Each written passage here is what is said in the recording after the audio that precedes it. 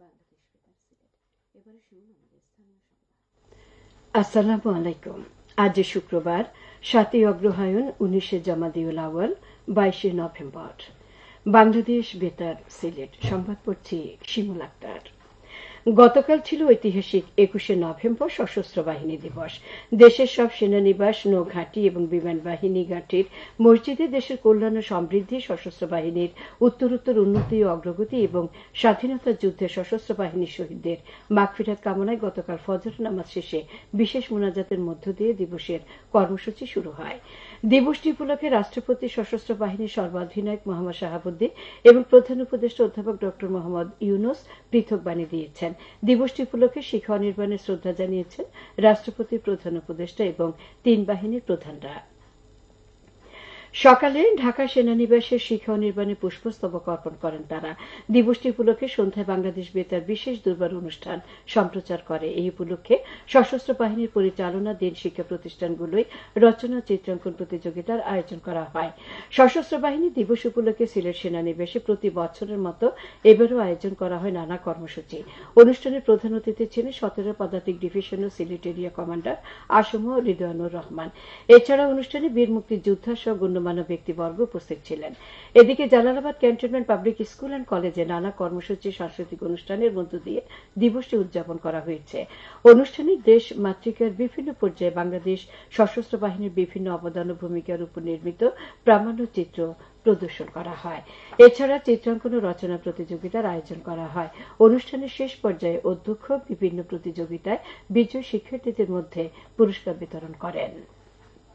সরকারের সাবেক সচিব এএমএম নাসির উদ্দিনের নেতৃত্বে 5 সদস্যের নতুন নির্বাচন কমিশন গঠন করেছেন রাষ্ট্রপতি মোহাম্মদ শাহাবুদ্দিন। এই কমিশনের অধীনেই হবে ত্রয়োদশ জাতীয় সংসদ নির্বাচন। গতকাল মন্ত্রিপরিষদ বিভাগ নতুন কমিশন নিয়োগের প্রজ্ঞাপন জারি করে। এই কমিশনে নির্বাচন কমিশনার হিসেবে সাবেক অতিরিক্ত সচিব আনোয়ারুল ইসলাম সরকার, সাবেক জেলা দায়রা জজ আব্দুর রহমানুল মাসুদ, সাবেক যুগ্ম সচিব বেগম তহমিদা আহমদ এবং অবসরপ্রাপ্ত ব্রিগেডিয়ার জেনারেল আবুল ফজল মোহাম্মদ সানাউল্লাহকে নিয়োগ দেওয়া হয়েছে। আগামী 2025 শিক্ষাবর্ষে প্রাথমিক স্তরে প্রথম থেকে পঞ্চম শ্রেণীর শিক্ষার্থীদের হাতে নতুন বই তুলে দিতে 5,32,54,760টি পাঠ্যপুস্তক সংগ্রহ করবে সরকার। এই পাঠ্যপুস্তক মুদ্রণ, কাগজ সহ মাথায় ও সরবরাহে ব্যয় হবে 276,63,23,790 টাকা। গতকাল সচিবালয়ে মন্ত্রিপরিষদ বিভাগের সম্মেলন কক্ষে অর্থ উপদেষ্টা সালাউদ্দিন আহমেদের সভাপতিত্বে সরকারি ক্রয় সংক্রান্ত উপদেষ্টা পরিষদ কমিটির সভায় এই সংক্রান্ত 2টি পৃথক প্রস্তাবের অনুমোদন দেওয়া হয়। মা ও নবজাতক শিশু স্বাস্থ্য পরিচর্যা বিষয়ে 3 দিন ব্যাপী প্রশিক্ষণ শুরু হয়েছে গতকাল মৌলভীবাজারে। শহরের মা ও শিশু কল্যাণ কেন্দ্রের উদ্বোধন করেন জেলা সিভিল সার্জন মোহাম্মদ মামুনুর রহমান। এতে নার্স, সরকারি বেসরকারি প্রসব সহায়তাকারী, স্বাস্থ্যকর্মী সহ 60 জন অংশ নেয়। স্বাস্থ্য বিভাগ ও স্বাস্থ্য শিক্ষা ব্যুরো যৌথভাবে এর আয়োজন করে। সড়ক দুর্ঘটনা প্রতিরোধে আমাদের করণীয়, প্রয়োজন সম্মিলিত উদ্যোগ শীর্ষক সেমিনার অনুষ্ঠিত হয়েছে গতকাল মৌলভীবাজারে। এম সাইফুর রহমান অডিটোরিয়ামে অনুষ্ঠিত সেমিনারে ছাত্র, শিক্ষক, মোটরযান মালিক, চালক ও যাত্রী কল্যাণ সমিতির নেতৃবৃন্দ সহ বিভিন্ন শ্রেণী পেশার লোক উপস্থিত ছিলেন।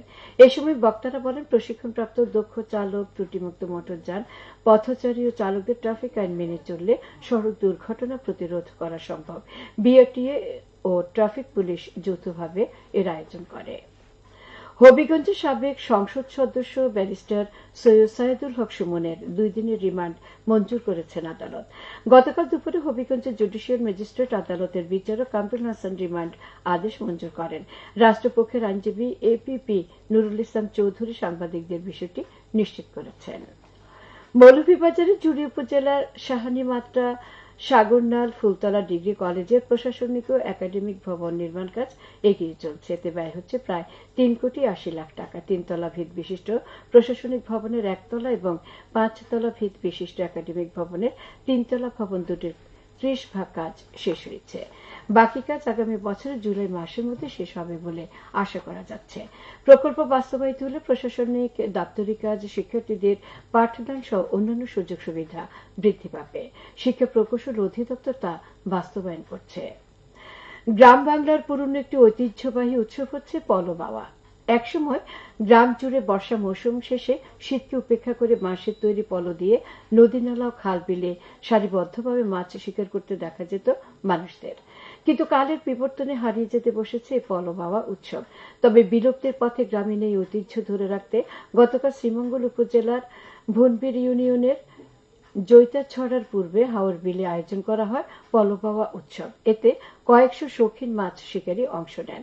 ভোরে বিলে হইহুল্লোড় করে একসঙ্গে পলোজাত হাতে মাছ শিকারে নেমে পড়েন সবাই। সবশেষে আবহাওয়া। আজ বেলা 1টা পর্যন্ত পূর্বাভাসে বলা হয়েছে সিলেট সহ পার্শ্ববর্তী এলাকার জন্য আজ কোনো সতর্কবাণী নেই এবং কোনো সংকেত দেখাতে হবে না। আজ সিলেটে সূর্যোদয় হয়েছে 6টা 14 মিনিটে এবং সূর্য অস্ত যাবে সন্ধ্যে 5টা 3 মিনিটে। সংবাদ শেষ হলো। আমাদের পরবর্তী স্থানীয় সংবাদ প্রচারিত হবে দুপুর 1টা বেজে 5 মিনিটে। আল্লাহ হাফেজ।